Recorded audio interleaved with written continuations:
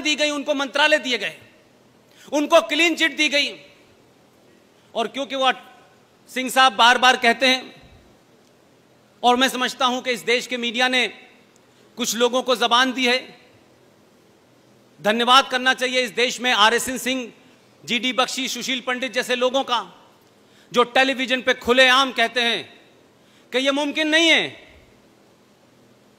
कि भाई अंग्रेज आए थे, ईस्ट इंडिया कंपनी आई थी, ये गुलाम हो गया देश। समझ में आता था, हम तो पहले से गुलाम थे, हमारी हालत तो बहुत कमजोर थी। लेकिन मुझे दुख इस बात का होता है कि आजाद भारत के अंदर एक महिला आती है और पूरी पार्टी उसकी गुलाम हो जाती है।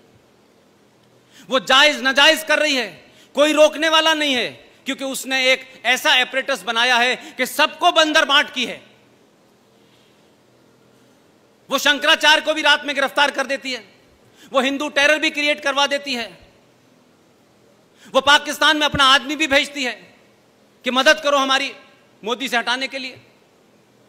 तो क्या वजह है हम उस औरत के बारे में, उस महिला के बारे में, हम कोई उसकी जाती शख्सियत पे नुक्ता चीनी नहीं कर रहे, हम उसकी जाती जिंदगी से हमको कोई लेना देना नहीं है। लेकिन क्या इस देश ने पूछा?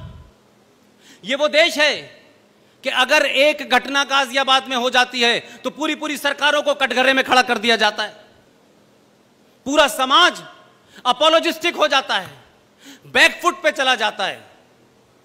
लेकिन क्या आप किसी ने पूछा ये बात कि क्या ये कोइंसिडेंस है कि एक महिला इस देश में जब आती है तो कुछ दिनों बाद सास मार दी जाती है, देवर मार दिया जाता है, और तो और अपनी बेटी की शादी जिस शख्स से करती है, वो अच्छा भला बर्तन बना रहा था आपके पड़ोस में मुरादाबाद में,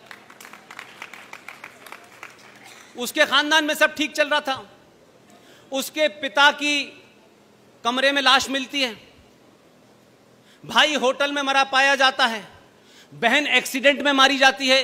क्या देश इसको नहीं पूछेगा कि ये कैसे मर रहे हैं भाई? नहीं पूछा किसी ने।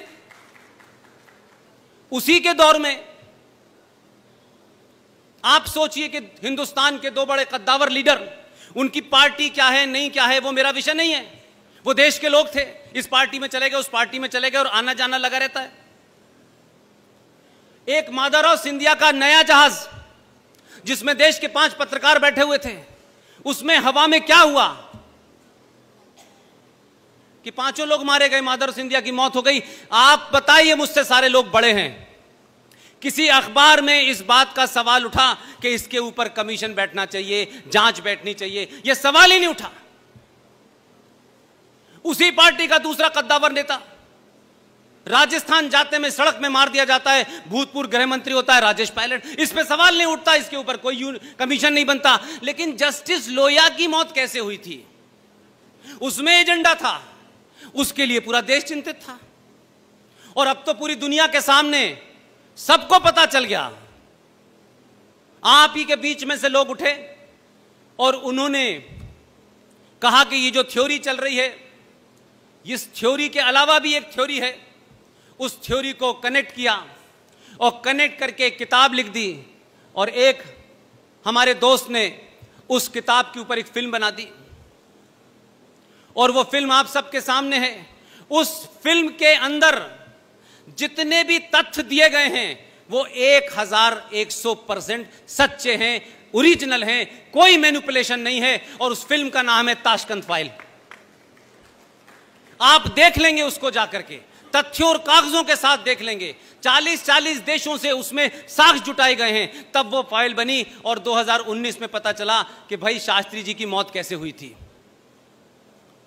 तो मैं ये मानता हूं कि अगर आप अलर्ट होते हैं और समाज जाग जाता है तो फिल्में भी बनती हैं, किताबें भी लिखी जाती हैं, सवाल भी उठते हैं। और अब तो ये लग रहा है कि कहीं ऐसा ना हो कि अभी तो हिंदू टेरर थ्योरी के पिताजी अंदर गए हैं। मैं अभी सिंह साहब से 3 दिन से कह रहा हूं कि हिंदू टेरर थ्योरी के पिताजी तो किन्हीं और कारणों से गए हैं, वो भी मामला आएगा, वो अलग बात है। लेकिन चचा दिग्गी सुनाई नहीं दे रहे आजकल कहीं, उनका कोई बयान नजर नहीं आ रहा। वो कहीं किसी महफिल में किताब का रिबन काट नहीं रहे, किसका रिबन काट रहे हैं ये पता ही नहीं चल रहा। तो सवाल यह है कि जब सत्ता के पीछे शक्ति के साथ उसका समाज खड़ा होता है तो 370 भी हटता है, चिदम्बरम अंदर भी जाता है। और थोड़े दिन की बात और है, आज 28 तारीख है, 30 तारीख को अखबार के घोटाले में जो बेल पर हैं उन पे भी कार्रवाई शुरू होने वाली है। तो ये मत समझिए कि आप जो गलती पिछले कई सालों से कर रहे थे कि आपको तो वोट देना है, किसी को दे दो भाई, हमें क्या फर्क पड़ता है, इनको आना है उनको आना है। लेकिन पहली बार आपको भी एहसास कर दिया कि उनको नहीं आना, इन्हीं को आना है। आप अपनी इस ताकत को बनाए रखिए। और मैं जो देख पा रहा हूं, मेरे सीनियर जो देख पा रहे हैं, आप अपनी सनातन संस्कृति को प्राप्त करेंगे, उसकी शुरुआत हुई है। लिहाजा इसके साथ साथ आपको अपने अंदर अपने गिरेबान में झांकना पड़ेगा। ये वो लम्हे हैं कि जिस लम्हों में अगर आप कोई खता करेंगे तो 1000 साल के बाद तक नजर नहीं आएंगे, आप कहीं पता नहीं चलेगा। क्योंकि अब तक लोगों ने आपको, आपके इस पुरुषार्थ को, इस ताकत को समझा ही नहीं था। अब वो समझ गए हैं, वो दूसरी तैयारी करेंगे। आप ये ध्यान रखिएगा कि अगर किसी कारण से भी अपनों से गलती, हमारे लिए गलती, हमारा ये नहीं हुआ, उसका ये नहीं हुआ, ये स्थिति इस देश में 500 साल तक बना के रखनी है कि इसके अलावा, इस सोच के अलावा लोग सत्ता पे न बैठें। 2 घटनाओं का जिक्र करके मैं अपनी बात को आगे बढ़ाना चाहता हूं। बोर हो रहे हो तो बता दीजिएगा।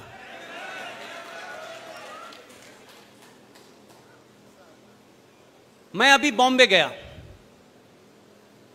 वहां एक निहायत पढ़ी लिखी और इसी उत्तर प्रदेश की बहू थी। वो, उन्होंने मुझे टेलीफोन किया कोई महीने 1.5 महीने पहले। तो जम्मू कश्मीर के सिलसिले से कुछ दलितों का भी एक सिलसिला है, वो पहले भी मैं आपके सामने बयान कर चुका हूं और वो इससे जुड़ा हुआ है। तो जब भी जाता था तो मैं उस घटना को बताता था और साथ साथ ये भी कहता था कि पूरी दुनिया में कोई किसी से कितनी भी नफरत कर ले, लेकिन वो उस नफरत को संवैधानिक तौर पे जस्टिफाई अगर कहीं किया गया है तो वो है जम्मू कश्मीर। उन्होंने बहुत सारी चीजें सुनी। उन्होंने बॉम्बे में बहुत लोगों को बताया कि 1957 में जम्मू कश्मीर के अंदर 200 वाल्मीकि लोगों के साथ क्या हुआ। पढ़ी लिखी डॉक्टर हैं, बहुत पढ़ती हैं, संजीदा हैं। तो बड़ी मायूसी के साथ उन्होंने मुझसे कहा कि पुष्पेन जी, क्या मैं आपको भाई कह सकती हूं? मैंने कहा कहिए, इसमें किसने रोका है आपको भाई? बोली मैं आपको राखी बांधना चाहती हूं। मैंने कहा 15 अगस्त को मैं मुंबई में हूंगा, आप मुझे वहीं राखी बांध दीजिएगा। जो बात उनसे मुझे करने के बाद पता चली, शक मुझे हल्का सा था, लेकिन क्योंकि वो ज्यादा किताबें उन्होंने पढ़ी, क्योंकि उनका वो एरिया है, उन्होंने कहा पुष्पेन जी, मेरी एक मुहिम चल रही है, मैं आपसे उसमें मदद चाहती हूं। मैंने कहा समाज के किसी भी ऐसा काम जिसमें समाज जुड़ जाए, आप रात के 2 बजे भी कहेंगी तब भी मैं हाजिर हो जाऊंगा।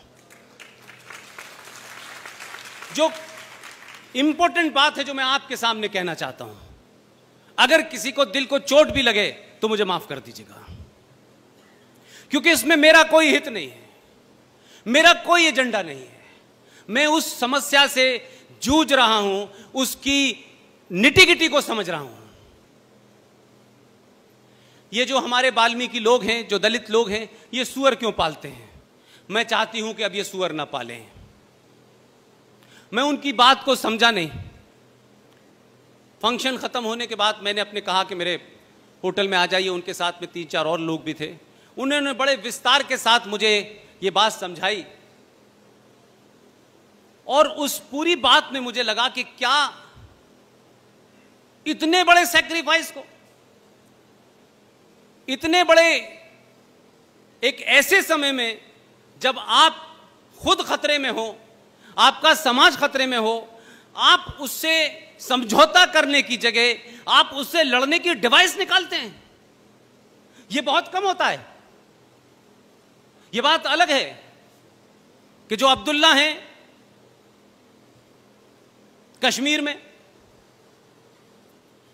वो मुसलमान होने का दावा तो 300 बार बताते हैं, लेकिन इस बार उनकी हिस्ट्री निकाली मैंने और ये पूछा कि अब्दुल्ला साहब आप बताइए 1722 में आपके जो पूर्वज थे उनका नाम क्या था। अब उन्हें पता है, ये बात अलग है कि पब्लिकली नहीं बताते। ये अब्दुल्ला फ्रॉड, इसके पूर्वजों का नाम 1722 से अगर निकालें आप तो उनका नाम था राघो राम। अब जिन लोगों ने 2 रुपए किलो चावल और तलवार के जोर पे अपना धर्म बदल लिया, अपना नाम बदल लिया, वो किनको प्रताड़ना दे रहे थे, इस रेफरेंस में ये बात कहना चाहता हूं। तो पता ये चला कि ये जो दलित समाज है आखिर ये सुअर ही क्यों पालता है।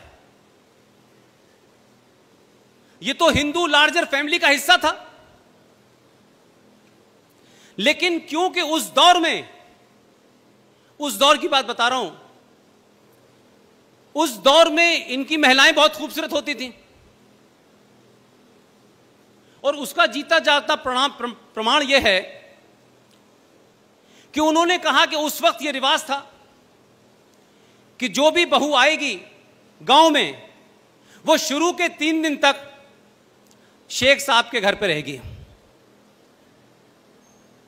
और यह सिलसिला चलता रहा। उनसे होने वाली जो संतानें हैं उस दौर में, उन संतानों के बारे में आप महाराष्ट्र जाइए, डॉक्टर रेखा बंडवाल से मिलिए, आज भी वो संतानें शेख दलित के नाम से जानी जाती हैं। उस वक्त इन तमाम दलितों ने क्या किया, ये ताकतवर नहीं थे, लड़ने की क्षमता नहीं थी, समाज के बड़े वर्ग ने उनको अलग थलग कर दिया था। इन्होंने कहा कि हमारी बहू बेटी शेख साहब आपकी 3 दिन के लिए दुल्हन तो बनेगी, लेकिन क्या हमें यह इजाजत है, क्या हम ये आप इसकी हमें छूट दे सकते हैं कि जो हमारे कुल देवता हैं उसकी हम पूजा करने के बाद इसको हम आपके सुपुर्द कर देंगे। उन्होंने क्या किया कि पहले कुल देवी की पूजा की, उनकी कुल देवी थी, वहां जाके पूजा हुई और ये डिवाइस निकाली कि इस कुल देवी की पूजा में सुअर की बलि चढ़ेगी। तो सुअर की बलि दी गई और फिर उसके बाद क्या कहा गया कि हमारी कुल देवता की जो जानवर की बलि चढ़ती है उस जानवर के खून में, हमारे सबके घर में जब भी बहू आती है तो आपने देखा होगा दरवाजे पे वो महावर रखते हैं थाली में, उसमें वो पैर रखती हैं और फिर घर में चलती हैं। यही रस्म है कि नहीं है? उन लोगों ने कहा कि जो बलि है जानवर की, जो हमारे कुल देवता ने ली है, हमारी ये बहू इसके खून में अपने दोनों पैर गीले करेगी और जिसके भी घर जाएगी ये ऐसे ही जाएगी सबसे पहले।